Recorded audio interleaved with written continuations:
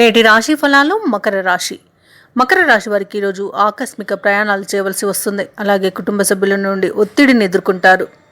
ఇక మిత్రులతో కలిసి పుణ్యక్షేత్రాలను సందర్శిస్తారు. దేవాలయాల దర్శనానికి వెళ్ళినప్పుడు తప్పకుండా గుర్తుంచుకోవాల్సింది మీ ఇష్టదైవం యొక్క ఆరాధన అనేది మీకు మంచి చేస్తుంది, కాబట్టి తప్పకుండా దిశగా ప్రయత్నించండి. ఇక ఈరోజు దీర్ఘకాలిక రుణ ఒత్తిడి పెరిగి నూతన రుణాలను అయితే చేస్తారు. ఇక వృత్తి వ్యాపారాలలో ఎవరైతే ఉన్నారో వారు ఊహించని మార్పులు చోటు చేసుకోవడం వలన కొంత నష్టాలను చవి చూడాల్సి వస్తుంది. ఉద్యోగస్తులు ఎవరైతే ఉన్నారో తమ ఉద్యోగమున సహోద్యోగులతో కొంత సఖ్యతగా వ్యవహరించడం మంచిది, ఎందుకంటే వారి వలన మీరు ఇబ్బందులను ఎదుర్కొనే అవకాశం అయితే కనిపిస్తుంది. ఇక ఈరోజు మకర రాశి వారికి తొందరపాటుతనం అనేది అసలే పనికిరాదు. అలాగే పెద్దలను అగౌరవపరచడం కూడా మీకు చెడు చేస్తుంది. మకర రాశి వారికి కుటుంబంలో తగాదాలు ఏర్పడే అవకాశం ఉన్నందున మీరు కొంత వెనక్కి తగ్గి ఉండడం అనేది చెప్పుకోదగ్గ సూచన.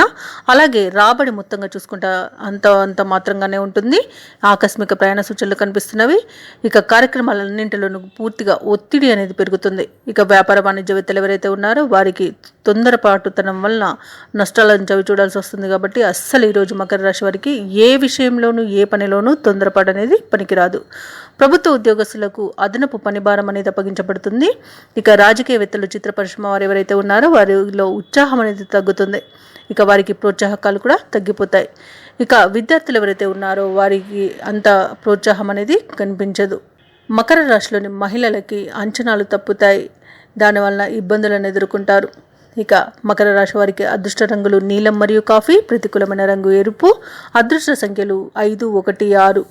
అలాగే ఈరోజు మకర రాశి వారు శివ పంచాక్షరి మంత్రాన్ని పఠించడం వలన మంచి శుభ ఫలితాలను పొందుతారు.